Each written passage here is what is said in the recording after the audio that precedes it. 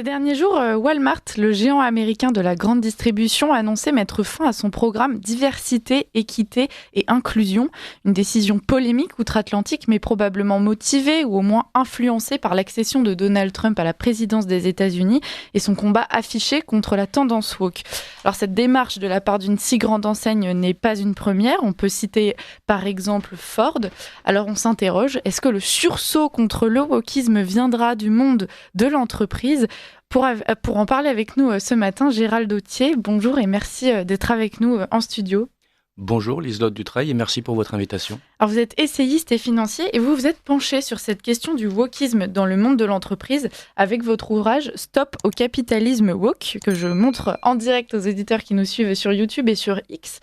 Alors on pourrait peut-être commencer par rappeler la définition du wokisme et surtout, selon vous, vous parlez d'un vrai assaut dans le monde de l'entreprise. C'est un mot très fort. Est-ce que vous pourriez nous expliquer justement comment est-ce que ça s'est produit, cet assaut du wokisme dans les entreprises ? Oui, très bien. Alors, vous avez tout à fait raison de le rappeler. C'est toujours important de commencer par une définition et surtout lorsque ça concerne le wokisme.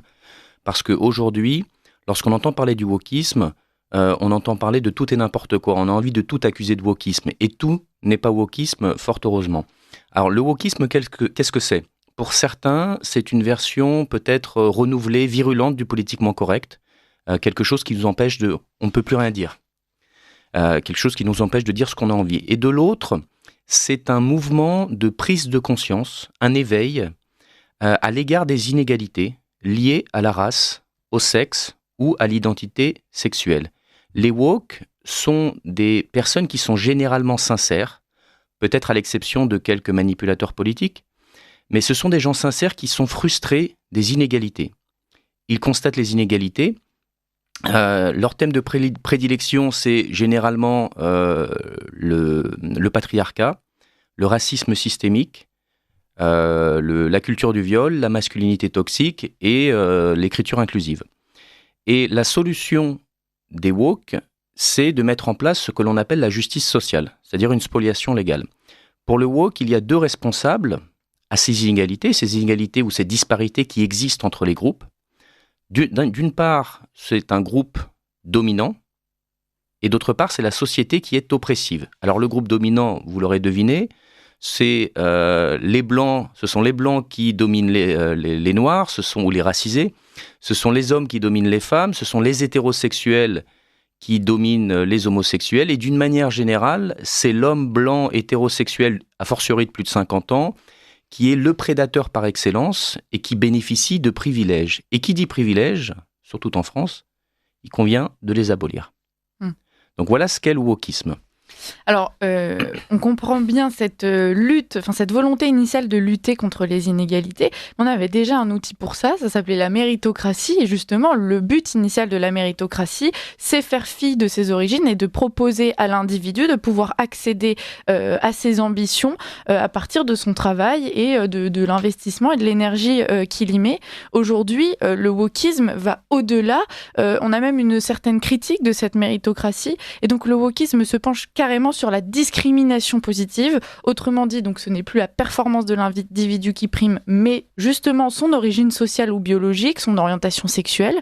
Et donc, c'est là qu'on imagine que cette idéologie n'est pas forcément compatible avec le capitalisme, puisque justement, généralement, le capitalisme, lui, vise l'amélioration constante des performances. Oui, alors c'est très étonnant en fait, cette rencontre, ce mariage contre nature entre le capitalisme et le wokisme. Parce que comme vous l'avez très bien dit, le capitalisme, c'est le lieu de la libre entreprise, c'est le lieu de l'économie de marché, et c'est pas le lieu généralement où on s'attendrait, comme par exemple dans les universités, ou peut-être aussi dans les partis politiques, à voir cette diffusion aussi facile, sans entrave du wokisme. Pour revenir sur l'idée de méritocratie, vous avez raison de dire que le wokisme rejette la méritocratie, mais il la rejette catégoriquement.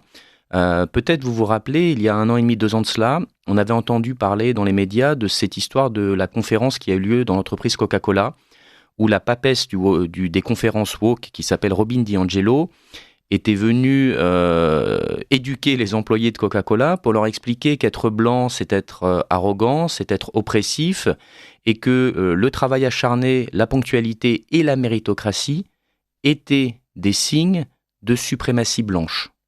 Donc effectivement, la méritocratie, le wokisme rejette cette méritocratie. On le voit aussi, par exemple, lorsque l'on s'intéresse à ce que disent la conférence le groupe des universités Russell en Grande-Bretagne, vous savez, qui regroupe toutes les grandes universités britanniques. On va retrouver dans ces universités, par exemple, Oxford ou Cambridge, c'est quand même pas rien, et qui ont publié un communiqué l'an dernier pour annoncer que recruter la personne la plus qualifiée pour un emploi constituait une micro-agression. Alors, est-ce que vous voulez que je vous rappelle rapidement ce que c'est qu'une micro-agression ? Parce que ça fait quand même partie du vocable inventé par les woke.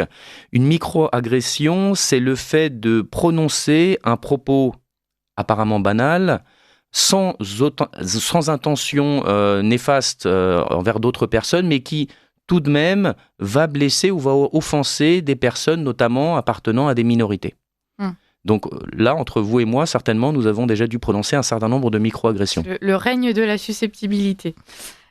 Vous remontez assez loin pour essayer de trouver cette source, ces racines du wokisme. Vous nous parlez dans votre livre de la théorie critique avec ses influences néo-marxistes qui justement posent les bases de cette société qui est régie par la haine et l'obsession du rapport dominant-dominé.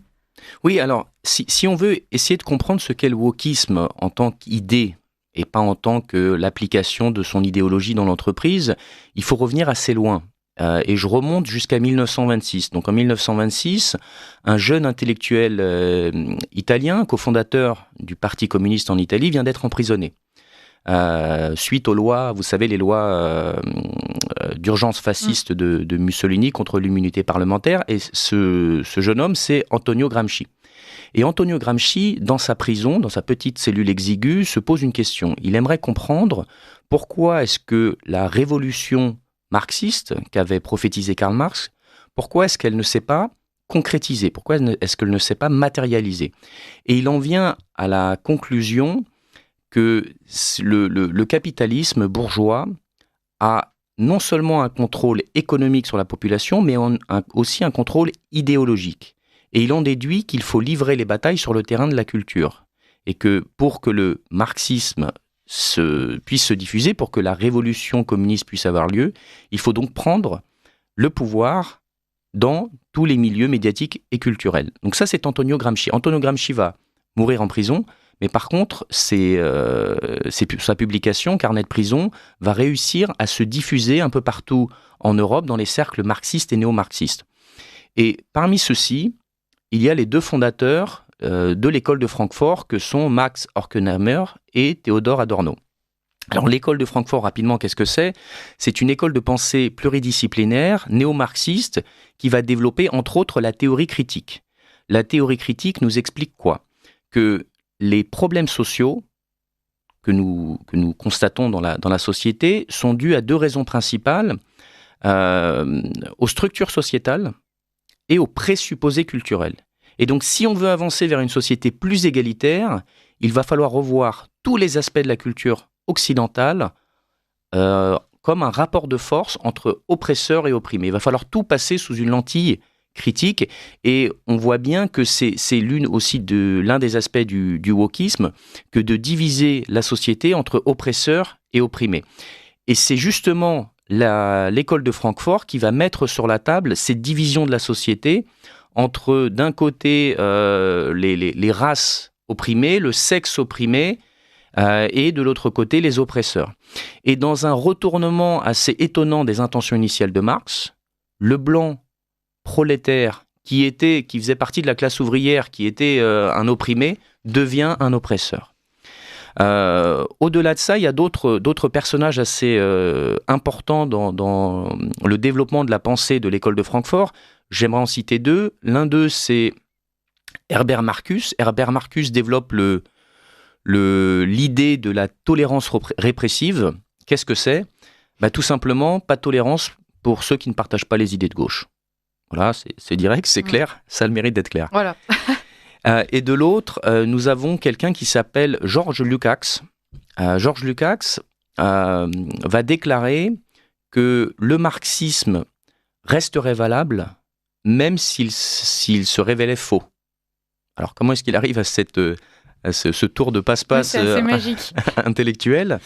Eh bien, c'est très simple. Il va développer parce que cette notion existe déjà chez les marxistes, il va développer la notion de polylogisme. Donc la vérité n'est plus universelle, elle devient positionnelle. Dis-moi comment tu ressens les choses, je te dirai si c'est vrai ou pas, et si tu ressens comme tu dois ressentir, alors c'est vrai. On est là un peu plus tard, d'ailleurs, on aura en France Michel Foucault qui va développer ce primat de la subjectivité, on est exactement dans cette même lignée. Et effectivement, le polylogisme remet énormément de choses en cause, parce que jusqu'à la fin du 19e siècle, on avait quand même cette idée que entre êtres humains, nous pouvions avoir des conversations parce qu'il y avait quelque chose de commun entre nous, à savoir la structure immuable de la logique. C'est-à-dire qu'on peut avoir des discussions, on n'a peut-être pas, certainement pas, absolument pas le même niveau mathématique que Carl Gauss ou que Albert Einstein, évidemment pas, mais notre logique ne diffère pas d'eux. Et avec cette idée de polylogisme, et c'est ce que Marx dit d'ailleurs lui-même quand il dit « le bourgeois est mentalement incapable de comprendre ses théories parce qu'il est bourgeois », on arrive à mettre en place des choses qui sont complètement hors du champ du réel, si je puis dire. Donc voilà où les néo-marxistes nous mènent. Et le polylogisme a deux conclusions directes. La première, c'est qu'évidemment, puisque la vérité ne dépend maintenant du sujet et plus de faits, il n'est de plus aucun intérêt d'avoir des discussions avec ceux qui ne partagent pas mes idées. On est dans une promotion des idéologies. Et au-delà, à partir du moment où on a une logique de groupe et une vérité de groupe, celui qui est membre de mon groupe et qui ne partage pas mes idées devient un traître. Et on l'a vu un très grand nombre de fois. Lorsque, par exemple, vous avez des personnes des personnes noires qui se prononcent pour des partis de droite ou d'extrême droite, on va souvent les insulter, enfin ils vont se faire insulter sur les réseaux sociaux, on va les traiter de traîtres à la cause. Ouais. C'est un peu la même chose qui s'est passé aussi, vous savez, pendant la campagne américaine de 2016. Vous avez cet investisseur très connu qui s'appelle Peter Thiel, qui est l'un des premiers investisseurs dans Facebook et dans PayPal pour parler des sociétés les plus connues, et qui est un homosexuel affirmé. Donc il s'affirme comme homosexuel. Par contre, il a eu la délicate idée de se prononcer en 2016 pour Donald Trump. Et dans les semaines qui ont suivi, l'ensemble des médias pro-LGBT américains ont tout simplement titré sur le fait que Peter Thiel n'est pas homosexuel. D'accord. Parce qu'un homosexuel, ça ne devrait pas voter pour Donald Trump. Donc voilà à quoi nous mène le polylogisme, voilà à quoi nous mène la logique de groupe, et voilà pourquoi je dis que, vous voyez, tous ces éléments du marxisme, on les retrouve aujourd'hui dans le wokisme. On pourrait ajouter aussi l'écriture inclusive. Vous savez, ça nous rappelle un petit peu cette novlangue d'Océania où certains mots doivent être employés, d'autres ne doivent plus l'être. Aujourd'hui, des mots comme sexiste ou comme raciste perdent de leur signification. On les emploie à tout bout de champ. Ouais. Et de l'autre, vous avez des nouveaux mots qui apparaissent, comme hétéronormatif, comme microagression et d'autres, et évidemment comme l'écriture inclusive, qui nous signalent que le wokisme cherche à contrôler le langage. Alors justement, on comprend bien qu'il y a toute cette pression sociale qui s'est organisée pour pouvoir imposer ces idées portées par le wokisme. Mais aujourd'hui, ça va même plus loin, c'est qu'on dépasse l'initiative très, très individuelle et l'initiative de groupe. Vous parliez de ce primat de la subjectivité qui s'est imposé même dans l'un des domaines qui est censé être le plus objectif possible, à savoir le droit. Aujourd'hui, on a vu l'émergence aussi de lois et de réglementations auxquelles les entreprises doivent maintenant se plier, soit au mieux sous peine de mauvaise notation, au pire sous peine de vraies sanctions juridiques. Et ça, c'est quelque chose qui, pareil, pèse énormément sur le monde de l'entreprise. Oui, alors, comment se diffuse le wokisme en entreprise ? Vous avez aujourd'hui un certain nombre d'indices boursiers qui sont des indices qui vont juger la performance ESG des entreprises, donc performance E pour environnementale, sociétale, social et de gouvernance. Et dans ce G des critères ESG, vous allez retrouver ce qu'on appelle les politiques DEI, qui sont des politiques diversité, équité et inclusion, et qui vont faire dire à certaines entreprises qu'elles doivent nommer, par exemple, dans leur conseil d'administration, des personnes, non pas qui sont, mais qui s'identifient soit comme des femmes, soit comme des membres de minorités ethniques ou comme des membres de minorités sexuelles.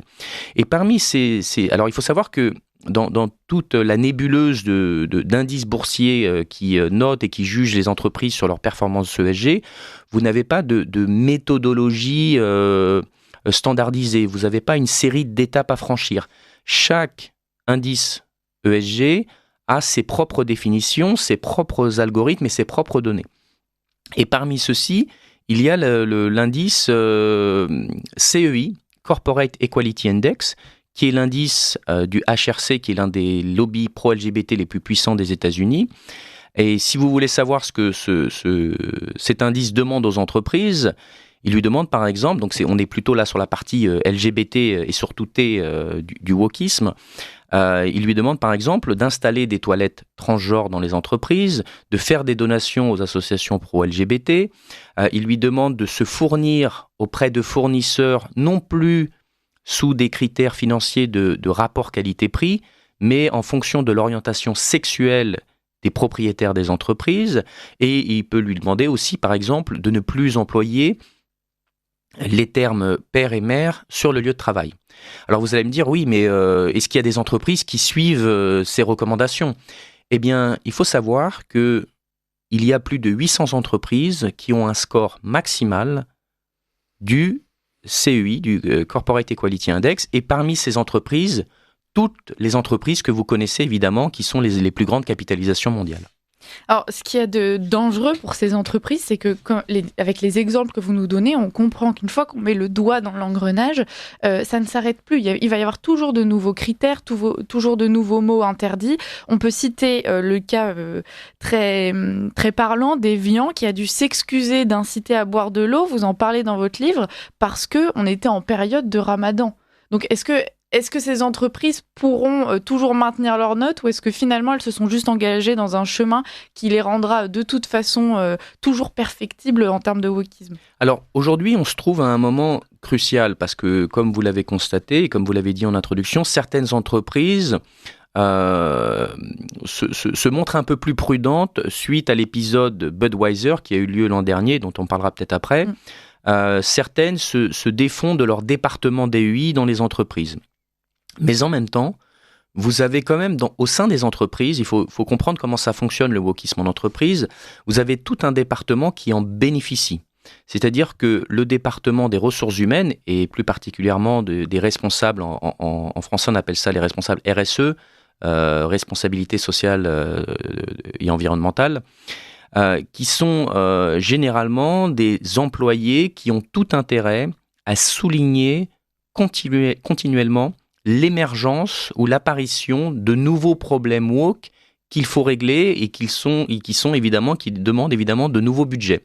Pourquoi ? Parce qu'ils peuvent justifier leur poste et accessoirement leur rémunération. Donc vous avez dans les entreprises un grand nombre de personnes, de plus en plus nombreuses, puisqu'elles se cooptent et elles se recrutent, qui ont tout intérêt à faire perdurer le wokisme, au-delà du fait qu'une partie des employés sont effectivement non pas des disciples de l'école de Francfort, mais des militants zélés qui pensent sincèrement qu'il existe des disparités et qu'il faut les corriger, sans se poser la question véritablement sur l'origine de ces inégalités. Alors, l'intérêt justement de ces employés qui doivent travailler sur toutes les notions de RSE va se heurter à l'intérêt d'autres acteurs de l'entreprise, à savoir par exemple les investisseurs, et c'est ce dont vous parlez dans votre livre, Gérald Authier, c'est que ces investisseurs commencent à apprécier moyennement cet impact du wokisme sur les entreprises dans lesquelles ils investissent, et c'est peut-être par là, justement, qu'on va commencer à faire marche arrière. Oui, alors il y a deux chemins, ce que j'essaye de démontrer dans le livre pour faire marche arrière. Le premier, c'est le boycott, et le deuxième, effectivement, c'est cette révolte des investisseurs. Et l'exemple peut-être le plus parlant, c'est l'exemple de Target. Donc Target, c'est un distributeur de produits de grande consommation discount aux États-Unis, qui fait à peu près 100 milliards de dollars de chiffre d'affaires, qui a à peu près 400 000 employés. Pour donner une comparaison en France, ce serait à peu près Carrefour, et qui a fait le buzz l'an dernier pour avoir installé durant le mois des fiertés, c'est-à-dire durant le mois de juin, des maillots de bain donc des maillots de bain monopièces originellement pour femmes, à destination des hommes, donc des hommes transsexuels, mais avec la particularité d'avoir mis dans les rayons ces maillots de bain, certains maillots de bain à destination des enfants et des nourrissons. Et ces maillots de bain étaient des maillots de bain qu'on appelle tuck friendly. Alors je ne sais pas si vous savez ce que c'est. Non. Je n'ai pas la traduction en français, donc je vous le dis en anglais. Tuck friendly. Donc qu'est-ce que c'est qu'un maillot de bain tuck friendly? C'est un maillot de bain qui permet de dissimuler pour les hommes leur partie génitale. Ah oui. Okay. Et donc le scandale est venu du fait que vous aviez des nourrissons et des enfants pour qui étaient destinés ces maillots de bain. Donc on doit quand même se poser certaines questions. Target s'est aussi fait connaître pour avoir dans ses rayons la marque Apralen, qui est une marque de vêtements d'origine britannique qui propose des vêtements où vous avez des informations comme Satan respecte les pronoms. Donc ça, c'était vendu pour le grand public. Et évidemment, suite d'abord au boycott des consommateurs et au scandale qui s'est suivi en 2023 face à ces marchandises, Target a perdu un grand montant de capitalisation boursière, plus de 12 milliards de dollars, et des investisseurs ont porté plainte sous forme de class action. Pourquoi ? Parce que Target se définit elle-même comme une entreprise de grande distribution à destination des familles. Donc la question se pose vraiment de savoir ce que faisaient ces maillots de bain-là dans les rayons de cette entreprise-là. Donc ce qu'on comprend, c'est que pour lutter contre le wokisme dans l'entreprise, en l'occurrence, il faut vraiment qu'il y ait l'action des consommateurs et des investisseurs qui s'imbriquent, et ça peut partir justement de ce boycott de la part des consommateurs. On imagine souvent que ça n'aura pas d'impact. En réalité, ça en a un très concret. Ça a un impact très concret. Vous savez, il y avait un éditorialiste d'une publication pro-LGBT aux États-Unis qui suite au boycott de Budweiser, avait expliqué que de toute façon, vous ne pourrez pas boycotter toutes les marques qui sont sur les étalages des grandes surfaces et qui sont à votre disposition. Mais il n'est pas nécessaire de boycotter toutes les marques. Il suffit de boycotter une marque, 2 marques. Et vous verrez que comme le capitalisme fonctionne encore peu ou prou de manière efficace, que les entreprises se retireront d'elles-mêmes du marché des produits woke. Vous donnez un chiffre dans votre ouvrage, Gérald Dauthier. Dans le classement de popularité des 100 plus grandes marques sur le marché, ce sont les marques les moins woke qui sont les plus populaires. Et puis vous décryptez l'émergence d'une véritable philosophie anti-woke, donc qui se traduit notamment par les nouveaux choix d'investissement de la part des investisseurs, qui justement prêtent de plus en plus attention aux valeurs véhiculées par les sociétés. Et puis, il existe maintenant, et vous pourriez nous en parler, des fonds d'investissement qui proposent une approche carrément anti-ESG. Oui, alors, effectivement, vous avez ces fonds qui sont des fonds anti-ESG, qui sont aussi des fonds anti-woke. Et ces fonds anti-woke se sont développés parce qu'une économie parallèle s'est développée sur des produits anti-woke ou qui ne se définissent pas comme étant des entreprises qui adoptent les préceptes du wokisme. Parmi celles-ci, permettez-moi de vous en citer 2, vous avez alors ça va paraître pour certains des évidences, mais il faut savoir que justement le souci est bien là, c'est que le wokisme remet en cause certaines évidences. Donc vous avez une entreprise aux États-Unis, on parle encore des États-Unis, qui s'appelle Red Balloon, qui est une entreprise de recrutement dont les valeurs pour recruter des employés sont simplement le mérite, le travail et la reconnaissance. Ça paraît révolutionnaire. Ça ne devrait pas être surprenant. Vous avez une autre marque anti-woke qui s'est créée ces dernières années, qui est une marque qui s'appelle Garneau, qui est une marque de tampons féminins et dont le message publicitaire est simplement d'être des tampons à destination des femmes. Mais pourquoi ? Parce que Tampax, eux, avait signé un partenariat avec un homme transsexuel qui s'appelle Dylan Mulvaney pour promouvoir ces tampons. Donc voilà, si certaines entreprises se mettent sur le marché des consommateurs woke, vous allez créer un espace, un segment de marché très important pour les consommateurs qui ne veulent pas ou qui ne s'associent pas à cette mouvance. On parle beaucoup des États-Unis, effectivement, et on a coutume de dire que ce qui se passe outre-Atlantique arrivera 10 ans après sur le continent européen. Est-ce que vous pensez que cette logique peut prendre également en Europe, ou bien est-ce qu'on va devenir ce bastion du wokisme, comme certains le craignent, depuis l'avènement de Donald Trump aux États-Unis, et puis face de l'autre côté à des pays qui ont encore un ancrage culturel plus traditionnel qui ne se prête pas du tout à l'extension du wokisme? Alors, on parle beaucoup des États-Unis, oui, mais pour deux raisons. La première, c'est parce que le wokisme nous vient des États-Unis. Et la deuxième aussi, c'est parce que, assez souvent, les filiales de grands groupes américains en France vont importer le wokisme. Et des entreprises françaises aussi vont imiter leurs collègues américains dans l'implémentation des politiques woke. Vous vous rappelez certainement de L'Oréal qui avait retiré ses crèmes blanchissantes du marché il y a quelques années pour ne pas offenser les personnes dont la peau n'était pas blanche. L'Oréal le fait après qu'une entreprise américaine, Johnson & Johnson, ait retiré ses produits blanchissants du marché. C'est-à-dire que c'est pas une initiative qui sort de nulle part, c'est bien une importation de concepts qui sont pas, a fortiori pas des concepts philosophiques compatibles avec l'universalisme républicain français, qui sont importés et qui sont appliqués dans l'Hexagone. Maintenant, quel est l'avenir du wokisme en France ? On voit aujourd'hui qu'il y a un certain reflux, un certain recul. En tout cas, il y a peut-être une scission au sein des entreprises. Certaines préfèrent marquer un pas,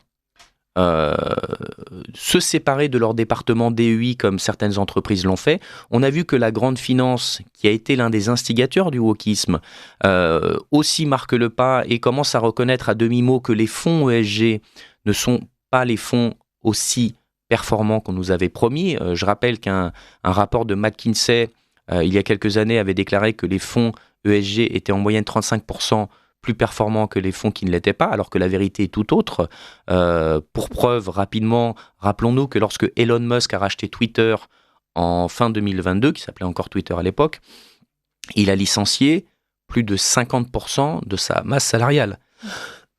Pardon, excusez-moi.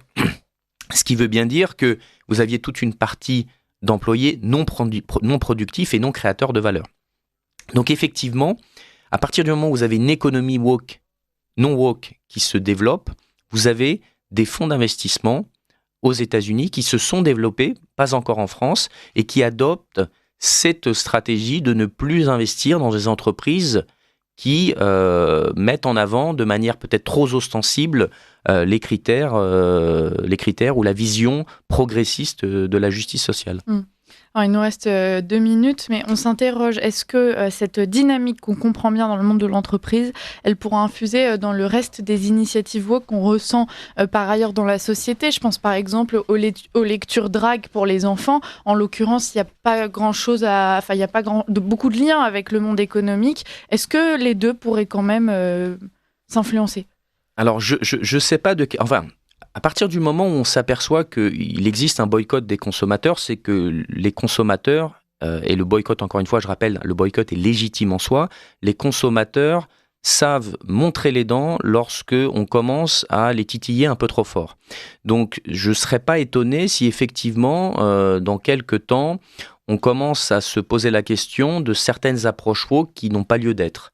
Et c'est par exemple l'exemple que vous avez donné qui s'y est tout à fait. Gérald Dauthier, merci beaucoup pour cet entretien qui arrive à sa fin. Je représente votre livre, donc Stop au capitalisme woke, le premier livre édité chez nos partenaires d'Omerta. Donc voilà, 2 excellentes raisons de se le fournir. Je précise que le livre est disponible sur la boutique Omerta. Voilà. Et qui sera bientôt disponible sur Amazon. C'est bientôt Noël, chers auditeurs. Voilà, il est pas énorme et pourtant c'est un recueil d'informations extraordinaire puisque chaque page on en apprend de nouvelles.